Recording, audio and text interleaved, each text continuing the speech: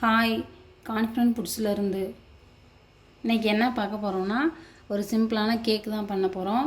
இது வந்து மைக்ரோவேவ்லேயும் பண்ணலாம், நம்ம இட்லி பாத்திரத்தை வச்சு அடுப்பில் வச்சும் பண்ணலாம். வாங்க இதுக்கு என்னென்ன பொருள்னு பார்க்கலாம். நான் வந்து எல்லா கப்புமே ஒரே அளவு தான். இது வந்து 1 கப்பு மைதா, 1/2 கப்பு தயிர், 1/2 கப்பு நாட்டு சக்கரை இல்லைன்னா நம்ம ஜீனி கூட எடுத்துக்கலாம்.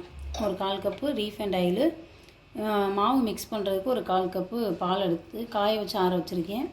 இது பேக்கிங் சோடா வந்துட்டு 1/4 ஸ்பூனு, பேக்கிங் பவுட்ரு ஒரு 1/2 ஸ்பூனு, கொஞ்சம் வெண்ணிலா எசன்ஸ் ஸ்மெல்லுக்காக. நம்ம தயிர் எடுத்துருக்கோம் 1/2 கப்பு. இல்லை இது வேண்டாம் அப்படின்னா முட்டை கூட எடுத்துக்கலாம், 2 முட்டை எடுத்துக்கலாம். தயிரை ஸ்கிப் பண்ணிவிட்டு 2 முட்டை எடுத்துக்கலாம். முட்டை எடுக்கலை, அதனால் நான் தயிர் எடுத்திருக்கேன். வாங்க இப்போ மைக்ரோவேவில் வந்து ஃப்ரீ ஹீட் பண்ணி வச்சுக்கிடுவோம். ஃபஸ்ட்டு நம்ம இப்போ ஃப்ரீ ஹீட் பண்ணிக்கிறோம். மைக்ரோவேவில்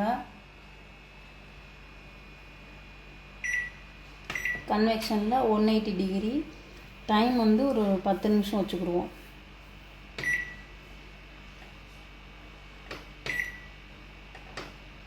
ஓகே, ஃப்ரீ ஹீட் ஆகட்டும், நம்ம அதுக்குள்ளே மாவு ரெடி பண்ணிடுவோம். இப்போ மிக்சியில் வந்துட்டு தயிர், நாட்டு சக்கரை, எண்ணெய் இது மூணையும் ஒரு நிமிஷம் வரைக்கும் நல்லா மிக்சியில் அடித்து எடுத்துக்கிடுவோம். இப்போ நான் பேஸ்ட்டாக நல்லா அடிச்சிட்டேன். இந்த மாதிரி அடிச்சுக்கிறணும். அடிச்சுட்டு இந்த பேஸ்ட்டு இந்த மாவு போட்டு மிக்ஸ் பண்ணிவிட்டு நம்ம பத்தாததுக்கு நம்ம அந்த பாலை ஊற்றி நம்ம கலக்கிக்கலாம். மைதா மாவு 1 கப் எடுத்து வச்சுருக்கோம்ல, அதையும் சேர்த்துக்குருவோம். சேர்த்து நல்லா மிக்ஸ் பண்ணிக்கிடுவோம்.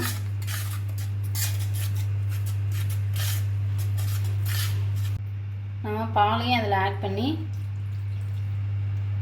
நம்ம நல்லா மிக்ஸ் பண்ணிக்கிடுவோம்.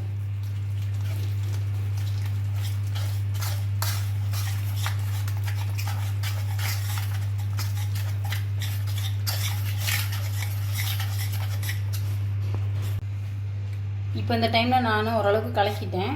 இந்த டைமில் நம்ம பேக்கிங் சோடா, பேக்கிங் பவுடர் எடுத்துருக்கோம்ல, அதை மிக்ஸ் பண்ணிக்கிடுவோம். வெனிலா எசன்ஸும் 1 மூடி,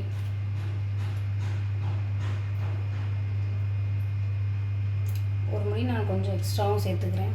இது ஸ்மெல்லுக்காக. இது இல்லைன்னா நம்ம ஏலக்காய் கூட சேர்த்துக்கலாம். இதையும் நல்லா மிக்ஸ் பண்ணிக்கிடுவோம். இப்போ நான் நல்லா மாவை மிக்ஸ் பண்ணி ரெடி பண்ணி வச்சிட்டேன். அதுக்கப்புறம் நம்ம மைக்ரோவேவில் வைக்கக்கூடிய பேன் இருக்கு இல்லையா, நான் சின்ன பேன் தான் எடுத்திருக்கேன். அதில் நம்ம ஒரு ரீஃபைண்டில் ஒரு 2-3 சொட்டு விட்டு இப்படி எல்லா பக்கமும் ஸ்ப்ரெட் பண்ணி விட்டுக்கிடுவோம். ஸ்ப்ரெட் பண்ணிவிட்டு இதில் மாவு கொஞ்சம் சேர்த்து எல்லா பக்கம் இப்படி பண்ணிட்டோம்னா கேக் நம்மளுக்கு கொஞ்சம் ஒட்டாமல் வரும். எக்ஸஸாக இருந்தால் மாவு கீழே தட்டி விட்டுறலாம். இப்போ நம்ம இதில் கலந்துடலாம். நான் பேனில் வந்துட்டு மாவை வந்து மாற்றிட்டு இப்படி நல்லா கொஞ்சம் கீழே தட்டிட்டோம்னா நம்ம ஏர் பபுள்ஸ்லாம் இல்லாமல் கேக் வந்து ஈவனாக கரெக்டாக இருக்கும். அதனால் இப்படி ஒரு 2 தட்டு தட்டிட்டு இப்போ நம்ம மைக்ரோவேவில் வச்சிடலாம். இப்போ மாவு நம்ம ரெடி பண்ணுறதுக்குள்ளே ஃப்ரீ ஹீட் டைம் வந்து முடிஞ்சிருச்சு. இப்போ நம்ம ஓப்பன் பண்ணி இதை உள்ளே வச்சுட்டு மறுபடியும் என்ன செய்கிறோம், கன்வெக்ஷனில் 180 டிகிரியில் டைம் வரட்டும். ஒரு 40 மினிட்ஸு நம்ம கொடுத்துக்கிடுவோம். 40-45 மினிட்ஸு. அதுக்கப்புறம் நம்ம ஓப்பன் பண்ணி பார்ப்போம். இப்போ நான் ஸ்டார்ட் கொடுத்துட்டேன். நம்மளுக்கு இப்போ ஓவன் இல்லைன்னா கூட கேஸ் ஸ்டவ்வில் கூட வச்சிடலாம்.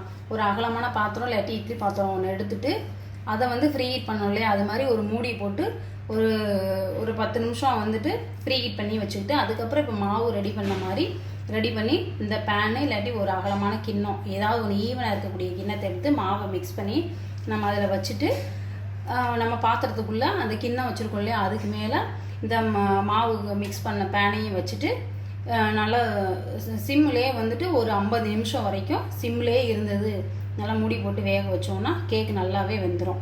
இப்போ ஓவன் இல்லைன்னா கூட நம்ம வீட்டில் இருக்க பாத்திரத்தை வச்சு பண்ணிக்கிடலாம். நம்ம இதை கட் பண்ணிக்கிடுவோம்.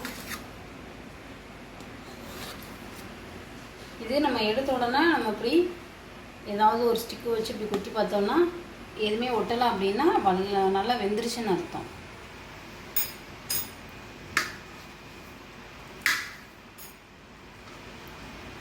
பாருங்க, கேக்கு